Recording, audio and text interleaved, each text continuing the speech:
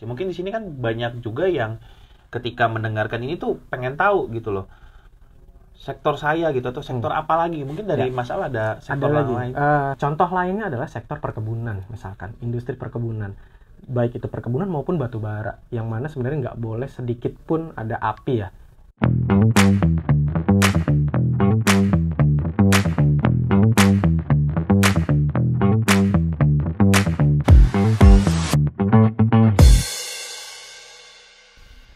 Halo, welcome back to Virtus Talk. Virtus Talk adalah podcast yang akan membahas tentang berita, update, dan juga tren terkini khususnya di teknologi.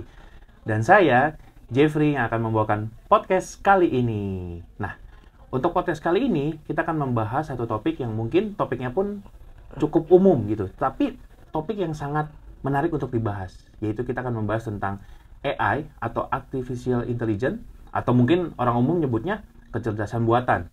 Tapi kita akan mengambil dari sisi perangkatnya. Jadi perangkat yang mempunyai teknologi AI seperti apa dan fungsinya seperti apa.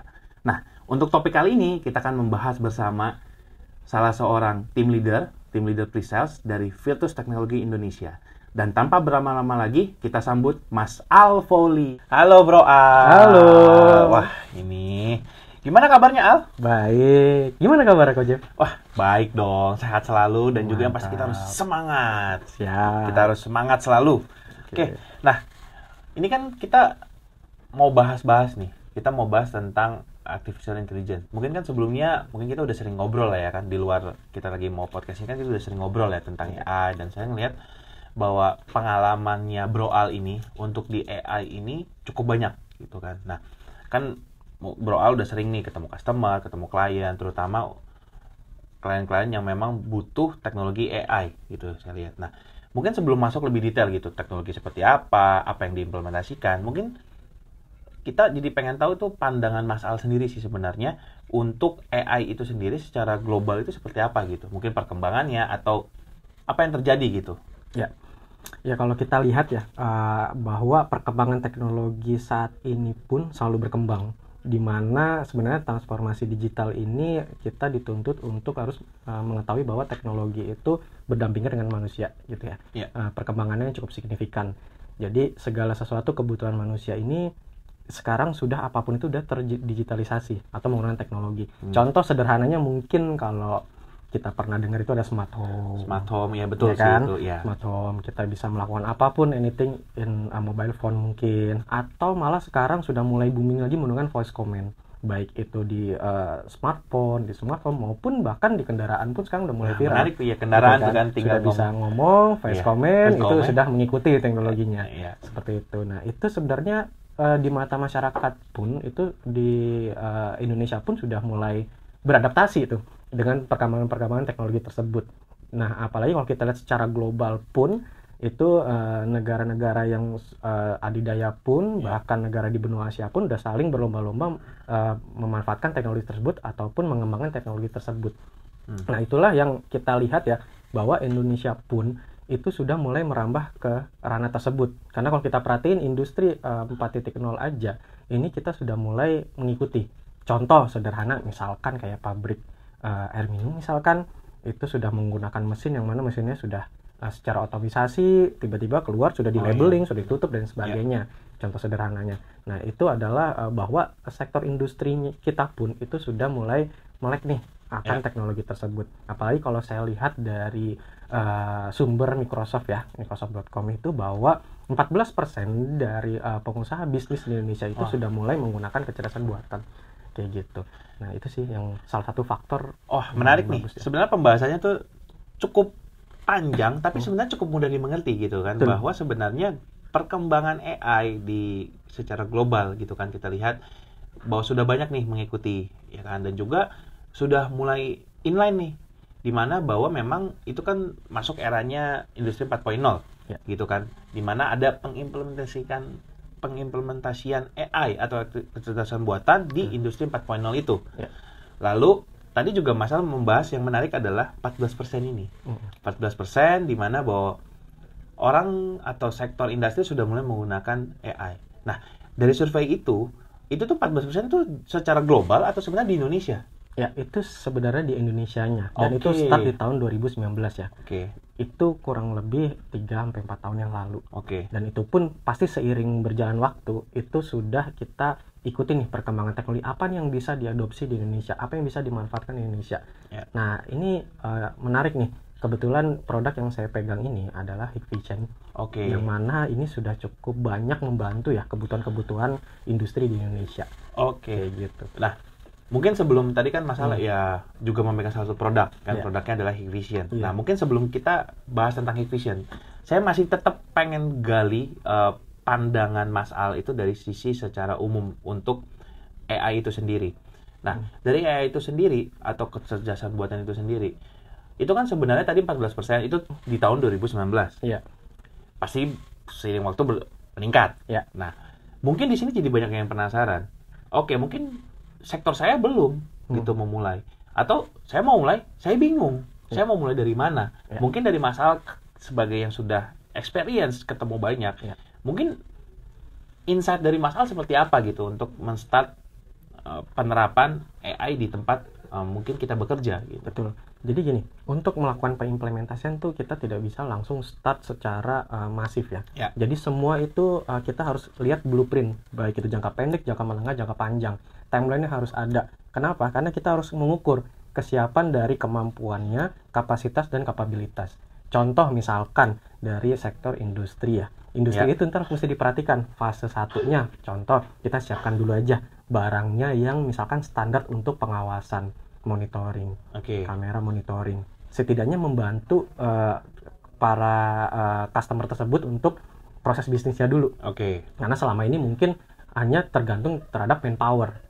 Nah, Oke. nanti mulai ke tahap kedua, fase 2, kita mulai mengadopsi teknologinya, analitiknya seperti apa. Oke. Kalau sudah fase 1 sudah terpenuhi. Itu jarak jangka menengah. Dan jangka panjangnya mungkin seiring berjalan waktu, kapasitas itu akan menambah banyak ya. Iya. Mungkin bisa jadi aja big data mungkin misalkan. Nah, itu bisa akan menjadi pemicu juga bahwa kesiapan industri 4.0 ke 5.0 itu sudah inline sebenarnya. Oke. Kayak gitu. Dan itu akan semua terpusat bahwa ke teknologi artificial intelligence atau kecerdasan buatan. Oke, Gitu. menarik nih. Berarti sebenarnya ketika kita start ya pasti tidak memulai itu langsung seluruhnya. Betul. Karena kan pasti selain ada investasi yang harus kita lakukan, baik dari sisi mungkin biaya Ya. dan juga mungkin invest people, orangnya yang Betul. kan berarti harus ada fase-fasenya Betul. gitu. Nah, menarik sih. Ada fasenya yang harus kita lakukan. Nah, menarik juga dari pengalamannya Mas Al sendiri. Contoh salah satu sektor aja yang mungkin yang bisa sharing fasenya seperti apa gitu. Mungkin jadi dapat gambaran nih, oh contoh kan sektor apa, fasenya yang sudah dilakukan seperti apa gitu. Ya, jadi kalau kita lihat contoh sederhananya mungkin yang familiar ya, Ya. itu di lalu lintas. Nah, kita lihat lalu lintas di beberapa kota itu cukup masif. Nah, itu biasanya kita propose adalah bahwa fase 1 adalah kita menggunakan kamera dulu untuk membantu penglihatan dulu nih bagi pemangku ini ya, aparat keamanan. Ya. Nah, dari situ bisa terfilter mungkin Ya. pelanggaran-pelanggaran seperti apa. Kalau emang infrastrukturnya sudah siap, masuk ke fase 2 dan itu sekarang sudah diimplementasikan. Contohnya ada sebenarnya e-tilang ya. Itu kelihatan pengcapturean plat nomornya, Oke. siapa yang melakukan pelanggaran, Oke. menggunakan seat belt atau tidak, sampai wajahnya pun terrekognisi gitu. Oke, berarti Terkenali. sebenarnya contohnya di bidang transportasi Betul. itu ada fase 1 mungkin sudah yang pasti memasang kamera pengawas. Ya, Sekarang sudah masuk fase 2 yang Betul. dinamakan adalah e-tilang betul, yang ada analitiknya. betul, Nah, berarti berikutnya ada fase 3 betul. di mana mungkin akan ada pengolahan datanya yang sudah ada. Kira-kira Betul. seperti itu ya. Betul. Nanti jadi fase 3 mungkin bisa diambil oleh database dari salah satu kementerian atau salah satu departemen untuk mengawasi pelanggaran-pelanggaran tersebut Oke. gitu. Jadi itu cukup banyak ya jangka waktunya blueprintnya seperti Oke, itu. menarik sih. Nah, mungkin tapi itu kan sektor transportasi Ya. yang mungkin tidak terlalu banyak. Itu kan udah spesifik transportasi. Mungkin di sini kan banyak juga yang ketika mendengarkan ini tuh pengen tahu gitu loh. Sektor saya gitu atau sektor apa lagi? Mungkin dari Ya. Mas Al ada Ada sektor lagi. lain. Contoh lainnya adalah sektor perkebunan, misalkan industri perkebunan, baik itu perkebunan maupun batu bara, yang mana sebenarnya nggak boleh sedikit pun ada api ya apalagi kita sama-sama tahu industri pabrik-pabrik batu bara atau perkebunan sangat-sangat luas. Nah itu kita bisa menggunakan kamera untuk membantu tersebut. Contoh videonya seperti ini, namanya kamera thermal ya, fire detection. Nah ini kita bisa lihat bahwa ini contoh lahan yang sangat luas. Jadi di sisi kamera thermalnya sudah mendeteksi hingga 5 km sebenarnya. Itu ada suhunya juga di atas. Dan ini adalah lensa mata biasa ya, maksudnya lensa manusianya ya, mata manusianya. Yang kanan adalah lensa yang algoritmanya. Jadi itu kelihatan apinya di mana, sejauh berapa. Dan nanti alat tersebut memberikan titik koordinat. Nah itu yang akan membantu pemilik industri tersebut untuk mengetahui sejauh mana ada kebakaran. Jadi untuk pengambilan keputusan lebih cepat. Ini sebagai alat bantu. Nah, ini saya jadi penasaran ya, mungkin videonya jangan di off dulu. Ini apakah langsung di alatnya, atau sebenarnya ya ini perekaman biasa, atau perekaman thermal, lalu nanti ada dikirim dulu, ada analitiknya, atau seperti apa nih? Ya, jadi ini adalah algoritmanya langsung dari front end-nya. Jadi di kamera tersebut sudah disematkan kecerdasan buatannya dari front end-nya. Menarik gitu. nih. Dia akan melakukan patrol. Nah, kemudian begitu jarak maksimal sampai 5 kilo pun kedetek ya, fire-nya, apinya. Jadi untuk membantu fire prevention-nya gitu. Gitu. Fantastik ini salah satu. Berarti sebenarnya penerapan industrial. Menarik ya, mungkin kadang yang saya tahu kalau kamera itu ya udah buat depan rumah, hanya buat monitoring aja ya. Iya, ternyata udah banyak banget ya. Ini menarik sih kalau untuk yang seperti ini. Nah, kan ngebahas, nah ini kan mungkin ada salah satu brand yang ini Mas Al pegang ya kan, udah cukup lama dan ini juga udah banyak yang diimplementasikan. Nah ini jadi sedikit pengen tahu gitu, dari brand ini si Hikvision ini itu melihat AI itu seperti apa? Karena kan tadi dari Mas Al nih. Kan Mas Al juga udah handle produk ini cukup lama. Membantu customer, membantu klien untuk menyelesaikan masalah yang ada. Pertanyaannya, bagaimana mungkin dari Mas Al sendiri yang tahu dari brand ini, si Hikvision ini memandang AI itu seperti apa? Ya, dari Hikvision ini sebenarnya startnya itu dari monitoring ya, surveillance. Di mana kamera tersebut kan hanya untuk sekedar alat bantu melihat orang. Gitu, entah di lokasi yang manapun, dari beda lokasi pun dibantu oleh kamera tersebut. Tapi seiring berjalan waktu, tingkat kejahatan tuh lumayan meningkat. Malah jatuhnya bukan prevention, tapi after kejadian. Nah, Hikvision itu mengikuti perkembangan dan kebutuhan customer itu sendiri. Makanya di tahun 2016 sampai saat ini, bahkan berdasarkan sumber IHS Market, itu ranking Hikvision itu selalu menjadi nomor 1 di bidang surveillance. Untuk apa? Untuk dari skala artificial intelligence. Contoh, pengenalan wajah, object detection, gitu kan, skenario klasifikasi, dan lain sebagainya. Itu kan membantu kebutuhan-kebutuhan dari manusia itu sendiri ya. Baik itu untuk bisnis maupun perorangan. Nah, itu yang dilihat oleh Hikvision. Makanya sampai saat ini, dia masih menjadi nomor 1 untuk di bidang kamera. Menarik sih. Bahwa dia melihat bahwa sebuah brand itu juga harus mengikuti tren teknologi atau tren masalah yang terjadi seperti apa sehingga bisa membantu menyelesaikan, bahkan harus istilahnya mungkin bahasa kerennya one step ahead. Sehingga mungkin planning ke depan mungkin kira-kira masalah akan terjadi seperti ini, kita udah menyiapkan dulu teknologinya seperti apa untuk menanggulanginya. Kira-kira seperti itu ya. Menarik sih. Nah, tadi kan udah bahas tuh ada penerapannya, ada pengenalan wajah, ada object detection. Nah, di Indonesia memang sudah ada yang memakai sampai sedetail itu gitu loh, untuk pengenalan wajah juga, object detection gitu, atau sebenarnya masih hanya untuk merekam biasa gitu?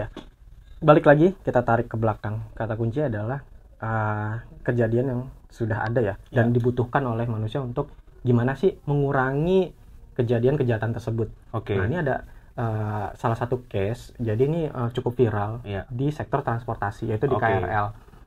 Nah, ini berita-berita ya, kejadian dari 2022 kalau kita lihat Tempo, Kompas, ada video YouTube-nya ya. Ini adalah salah satu contoh di KRL ya. Kita tahu KRL itu kan cukup masif ya, transformasi massal, dan ini banyak pelaku-pelaku pelecehan seksual. Dan ini sudah diatasi juga, atau kita berikan solusi, yaitu menggunakan CCTV analitik. Jadi selain tadi kalau kita lihat di sektor industrial itu mendeteksi api, kalau ini mendeteksi wajah. Jadi ini akan mengurangi kejahatan di bidang sektor transportasi dan membantu juga bisnis dari si pemangku bisnis tersebut. Jadi makin banyak, makin aman dan nyaman juga. Gitu. Oke, menarik sih bahwa penerapan AI ini atau kecerdasan buatan ini pun sudah terlihat dari sisi kita penyedia transportasi umum. Ya. Salah satunya mungkin di sini ada KCI, KAI melihat bahwa mungkin dengan ada teknologi AI ini bisa mengurangi ya kejahatan. Betul. Nah, ini dengan CCTV Selain analitik ini. pelecehan juga ada juga maling ya, maksudnya maling tas. Mungkin nanti di nextnya ini ada berita. Nah, ini juga dan ini sudah sukses ya ketangkap menggunakan CCTV video analitik yang didukung oleh deep learning artificial intelligence. Jadi nggak cuma mengenali wajah, tapi kita bisa men-tracking juga dia kemana, turun di mana, stasiun mana.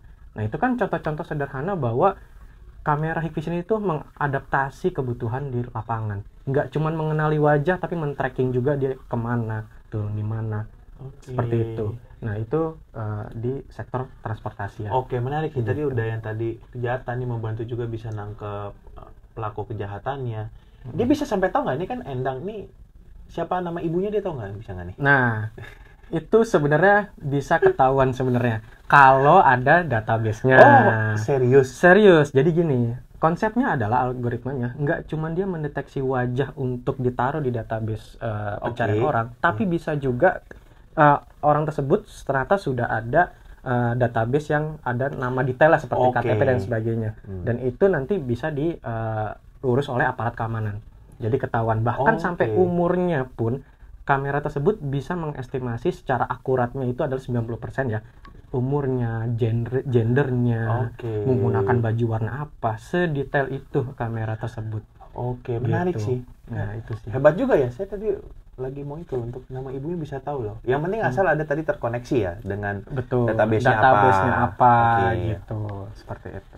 Oke, menarik sih ini. Jadi sebenarnya pemanfaatan untuk AI itu mungkin sudah sering kita rasakan gitu, dan ini mungkin beberapa contoh yang mungkin secara tidak sadar ya kita sudah merasakan, dan juga beberapa industri sudah menerapkan itu.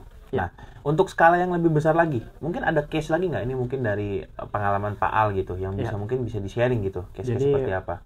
Kalau yang lebih besar lagi adalah kalau kita sudah ngomongin suatu lingkungan yang skalanya mungkin kota ya, gitu. Skalanya kota, jadi goals-nya mungkin adalah safe city. Dimana misalkan pemerintah setempat ingin kota tersebut aman. Jadi nggak cuma sektor transportasi aja, tapi sektor lingkungannya juga. Jadi gimana caranya masyarakat atau warga itu nggak cuma pada saat naik transportasi, tapi di lingkungan tersebut dia merasa aman juga. Nah, itu juga kita ada, ini contoh video.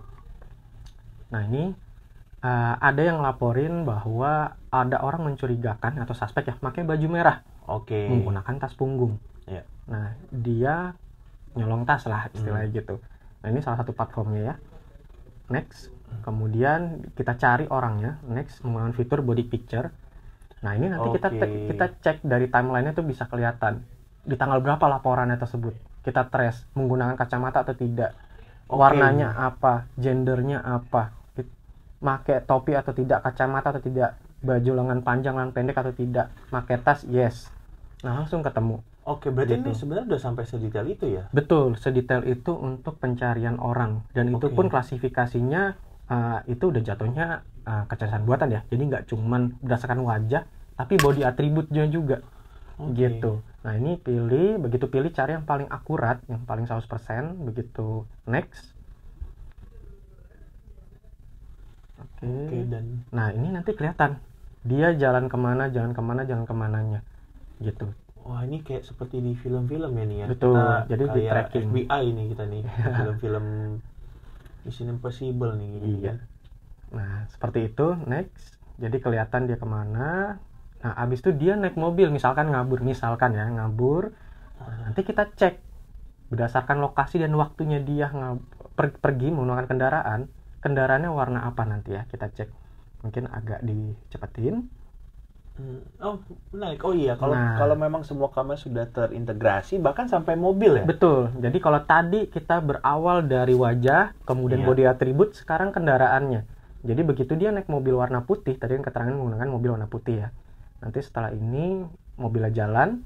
Nah, di sini plat nomor tidak bisa terbaca karena pasti ada blind spot gitu dong di kamera.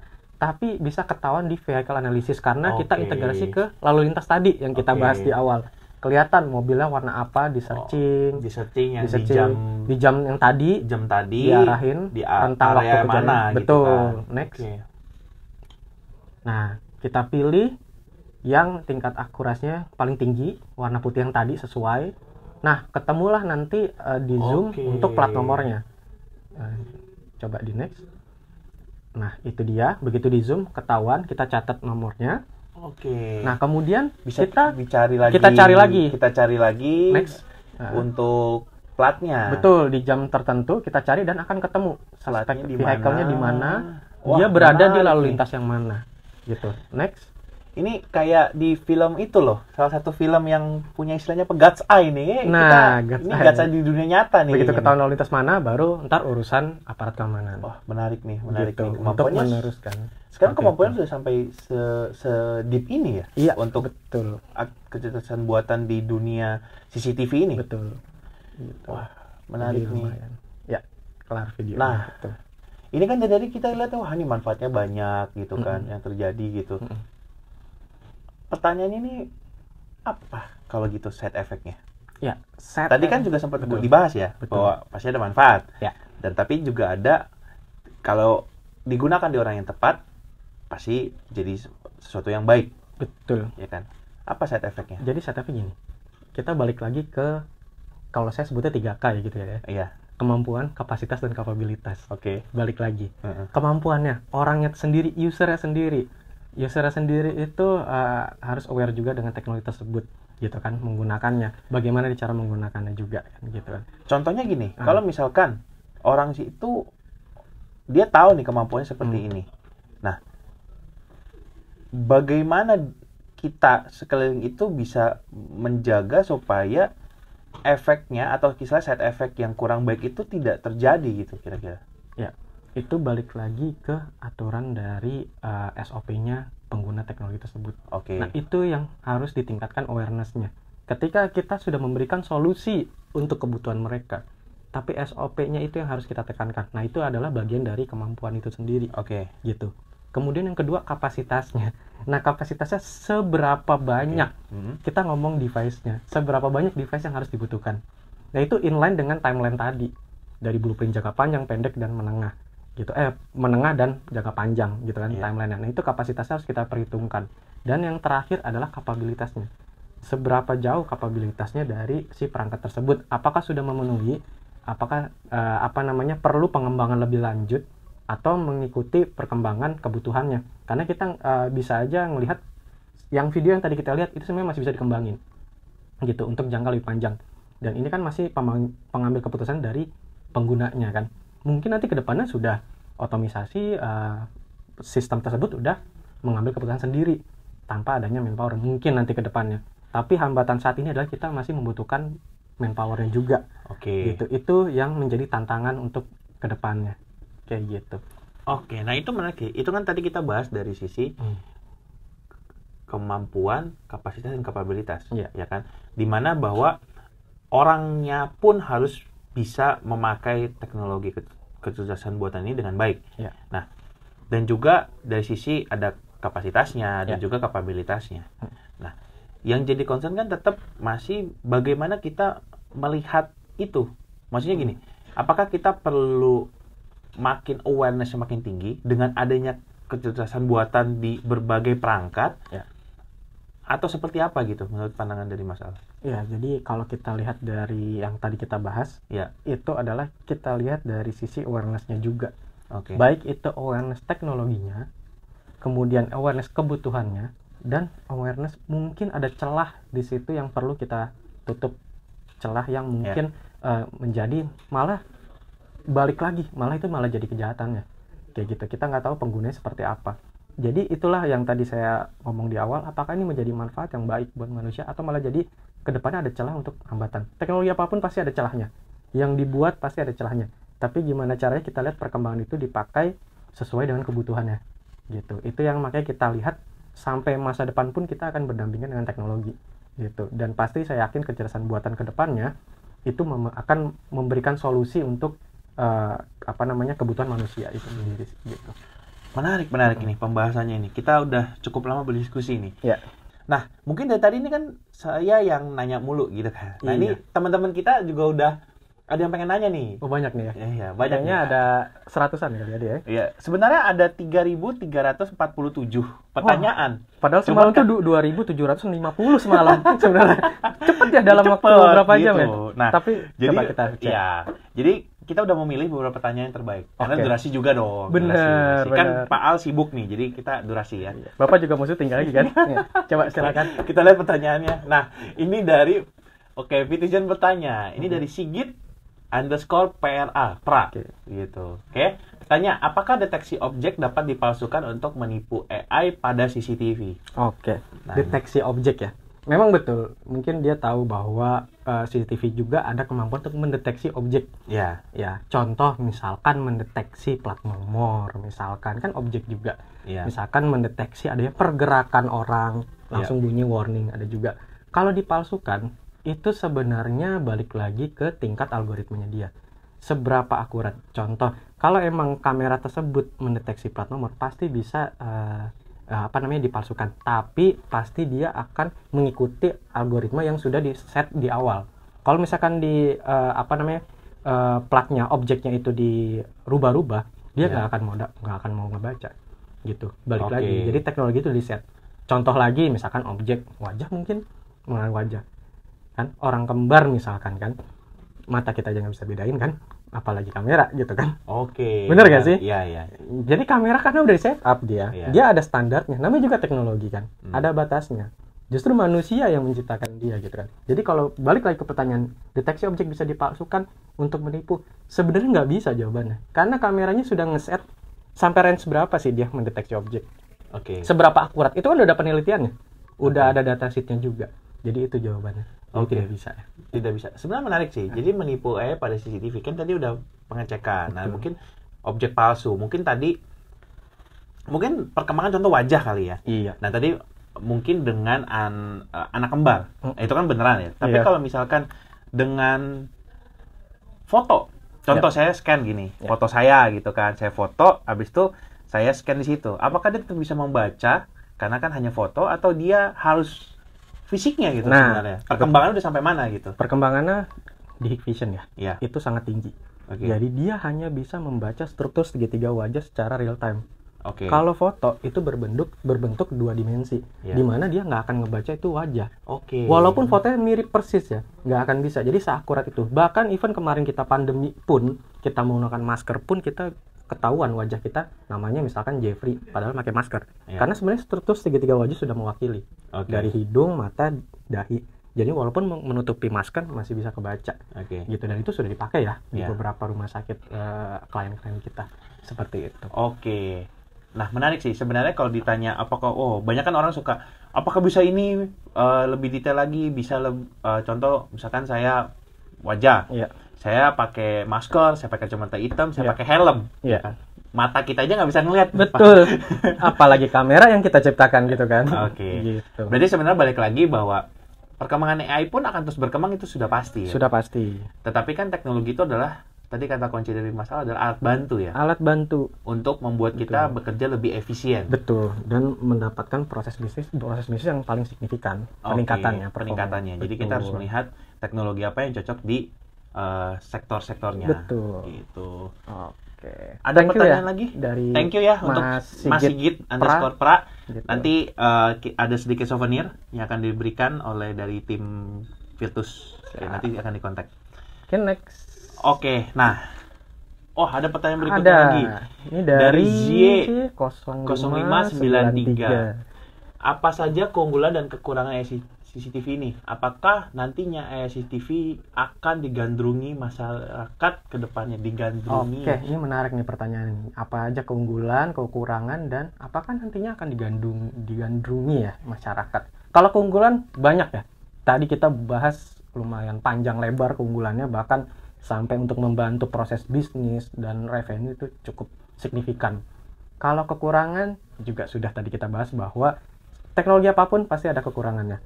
Dan balik lagi ke penggunanya juga. Apakah dia memanfaatkan dengan teknologi yang baik atau malah justru dibuat yang kategorinya mungkin keburukan ya, misalkan kayak gitu. Nah, kalau nantinya AI CCTV akan digandrungi, pasti akan digandrungi. Jangankan CCTV, teknologi apapun sekarang sudah mulai perkembangannya sangat pesat. Kalau AI CCTV, standarnya adalah bahwa kita lihat dari sektor mungkin small business atau mungkin perorangan pun itu juga pasti butuh kamera gitu kan. Ya. Gitu. Dengan fitur sederhana pun mungkin pendeteksi objek, motion detection dan sebagainya, itu udah pasti jadi standar yang mereka mungkin nanti ke depan dan akan dikembangin mungkin bisa jadi pendetection barang jangan sampai hilang gitu, atau enggak misalkan notifikasi langsung dari jarak jauh, itu akan menjadi sangat bermanfaat di kedepan harinya, karena itu ada kemajuan teknologi yang akan terus dia akan berputar terus sampai meningkat lah kecerdasan buatannya. Jadi jawabannya ya pasti akan digandrungi seperti itu. Oke, menarik sih penjelasan dari Mas Al, di mana bahwa keunggulan dan juga kekurangan itu pasti ada kan, teknologi pasti ada. Kekurangan AI CCTV tadi Mas Al juga bisa mengatakan bahwa mungkin dari sisi resource human-nya juga pasti akan ada berubah ya Mas Al. Iya, betul. Karena balik lagi suatu misalkan usaha apapun itu kan berawal dari banyaknya manpower ya. Dengan ada teknologi bisa aja mengurangi manpower dan membantu mengefisiensi cost. Jadi ROI-nya, return of interest itu lebih tinggi ya gitu ya. Dia cost-nya lebih rendah, keuntungan lebih tinggi, terbantu oleh teknologi tersebut. Maintenance-nya pun lebih mudah kan gitu, karena kita memaintain teknologi tersebut. Dan mungkin ke depannya semua udah tersistemasi dan terdigitalisasi sesuai dengan perkembangan era industri 4.0 yang kita pun harusnya menjadi siap untuk melangkah ke industri 5.0 yang mana semuanya sudah terotomisasi lebih cerdas lagi misalkan seperti itu. Menarik. Sebenarnya ya pertanyaan ini juga membuka wawasan kita bahwa ya kan ada kekurangan dan juga ada keunggulan. Apakah digandrungi, sebenarnya bisa dilihat juga use case-nya nanti seperti apa. Use case yang digunakan, sektor yang digunakan seperti apa, apakah cocok dengan AI CCTV atau tidak. Kira-kira kayak gitu kan. Betul. Nah, Thank you untuk Z0593 untuk pertanyaannya. Gitu. Tetap juga nanti akan ada dapat souvenir dari Virtus, nanti akan dihubungi oleh teman-teman Virtus. Oke, nah ini kita udah diskusi panjang lebar nih. Jadi kita udah banyak banget dapat insight tentang perkembangan AI, khususnya di sisi perangkat yang sudah menggunakan AI dan juga membantu bisnis. Nah ini mungkin untuk istilahnya closing statement nih dari Mas Al nih, mungkin ada sedikit insight untuk teman-teman kita seperti apa? Ya, balik lagi ke teman-teman Virtus atau Vitizen ya, teman-teman Virtus juga dan teman-teman audiens semuanya. Jadi dari produk Hikvision itu sendiri juga kita harus aware dari sisi kapasitas, kemampuan dan kapabilitas, di mana semua faktor-faktor tersebut harus dipertimbangkan jika ingin mengimplementasikan AI CCTV tersebut. Tujuannya apa? Biar kedepannya itu sangat bermanfaat dan mengikuti perkembangan zaman dan mengikuti juga kebutuhan-kebutuhan yang ada di masyarakat atau enggak pemegang bisnis seperti itu. Oke, thank you Mas Al untuk waktunya. Udah kita bisa diskusi, sehingga kita dapat insight, dan juga thank you teman-teman Vitizen yang sudah menonton video kali ini. Dan seperti biasa jangan lupa like video ini dan juga komen, berikan komennya tema-tema apa lagi yang akan kita bahas, dan yang paling penting jangan lupa subscribe supaya teman-teman tidak ketinggalan video-video menarik dari Virtus lainnya. Dan thank you for watching. Bye bye.